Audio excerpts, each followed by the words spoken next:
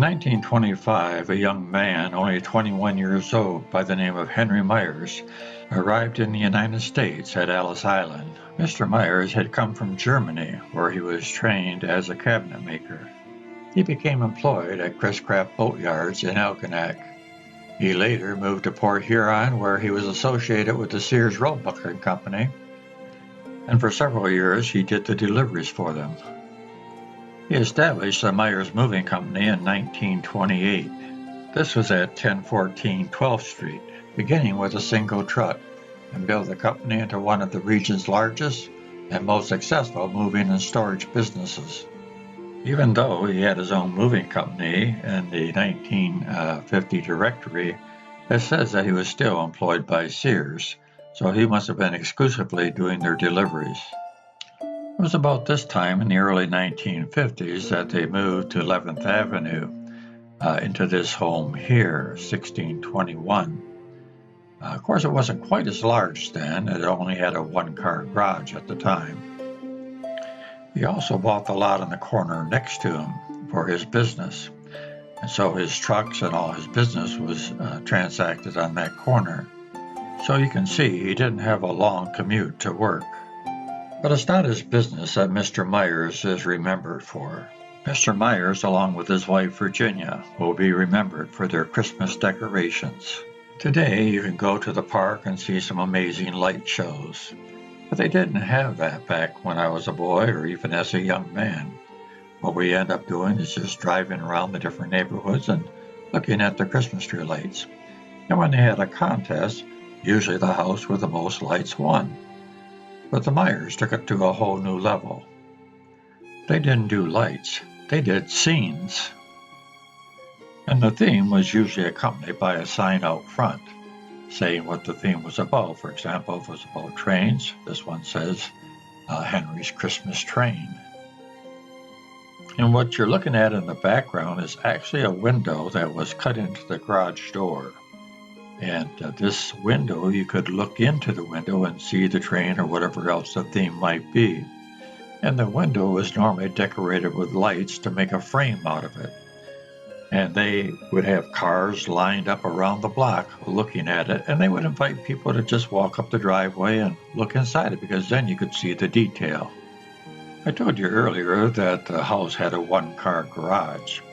In 1953, Virginia Myers bought the lot next to them and expanded the garage as a birthday gift for Henry Myers. One side of it was for their car, and the other side was always for the Christmas theme. The theme this year in the window was teddy bears, and the sign out front says, "A Very Merry Christmas." This year, the theme was to honor inventor Thomas Edison with a replica of his boyhood home in Port Huron and the train depot where he worked as a lad. "I wanted to raise awareness about the new Thomas Edison Depot Museum being planned," Mrs. Myers said. "He gave us so much. Now it's time to give something back to him." The display is lighted daily from 5 to 11 p.m. through the holidays. I imagine it was pretty hard to compete in the city decorating contest with the Myers. I imagine they won first place more than any other entry. This particular year, they had toy soldiers as a theme. This year's theme was dolls, and it has a kind of an interesting story behind it. As we scroll down here, we have another photograph of two ladies with their dolls. And the article says, "Doll's journey ends with return to original owners."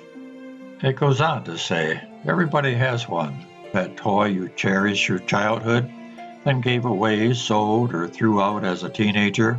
For Margie Green's daughters, Karen Kress and Margie Beers, those cherished toys were two life-size dolls, one blonde and one brunette, they got for Christmas from their grandparents in 1956.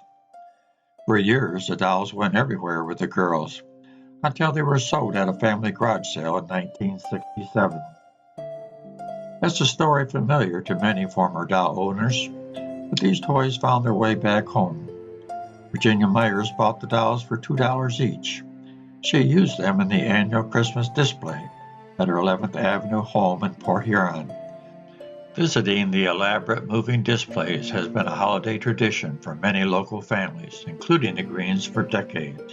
Flash forward to the year 2001. Cress and Beers both are married teachers living in Ann Arbor and Traverse City, respectively, and Myers was cleaning out her storage area. I called Margie and said, "Would you like the dolls back?" Myers said. And she said, "Would I ever? They were well taken care of. Nothing happened to them." Green decided to give the dolls back as Christmas presents, but she couldn't remember the daughter had which doll. So she brought up the subject over Thanksgiving dinner. I said, "Do you remember those big dolls?" Green said. And they told me right immediately. They said, "We really love those dolls, Mom. They were prized possessions." Green set about shopping for new outfits for the dolls. Green described her daughter's reactions when they opened their gifts as disbelief. "It was a big shock," Beers said. "I know someday I'll be passing them along to grandchildren." In this photograph here, Mr. Myers had it set up so skaters actually skated around this little pond. In the early days, they didn't have their Christmas scenes in a garage. They had them out in front of their house, like this one here. As this newspaper article says, what they did for our city was a labor of love. The annual display Myers gift was a gift for everyone. The Myers were world travelers. Many of the items that were put into their Christmas scenes were bought in other countries, such as Russia or Africa or their home country of Germany. The Myers were generous with their time, but also with their finances. These articles were not cheap, but every year they came up with something new, and those new things had to be purchased. Mr. Myers passed away in 1991 at the age of 86. After Mr. Myers' death, Virginia Myers carried on the Christmas tradition of a new Christmas scene on 11th Avenue every year. She also brought back the Christmas home decorating contest, which had fell by the wayside because of lack of participants earlier, donating $1,100 of her own money every year for prizes. Virginia Myers was from St. Clair. In her teenage years, Virginia worked as a desk clerk at the newly built St. Clair Inn, just a few blocks from her family home.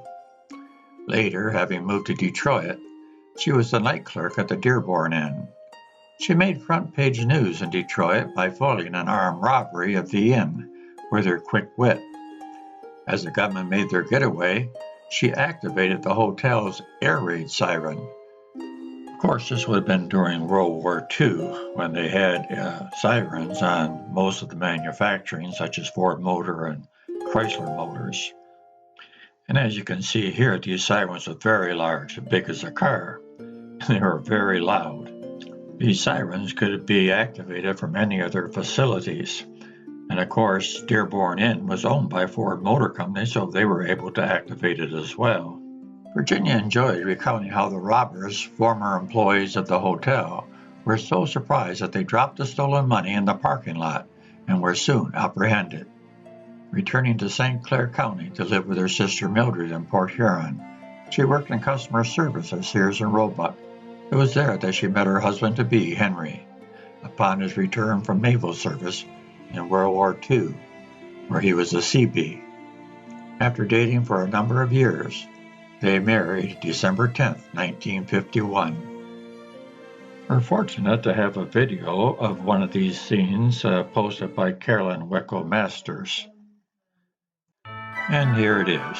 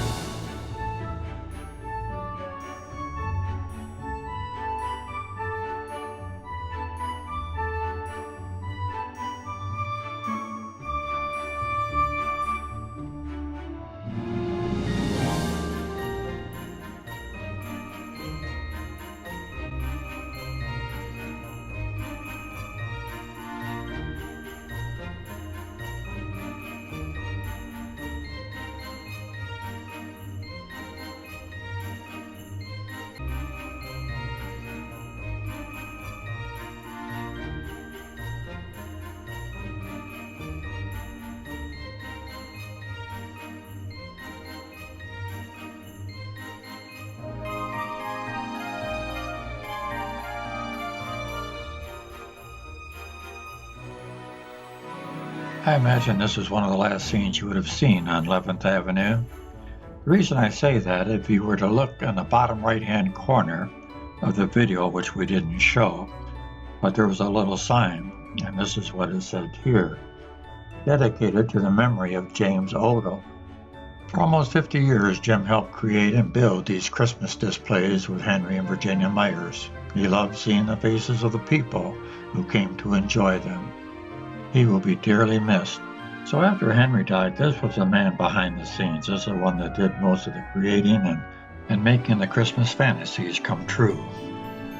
Wouldn't it be wonderful if once again we could go down 11th Avenue and look in a garage window and see the wonderful things that Henry and Virginia Myers created?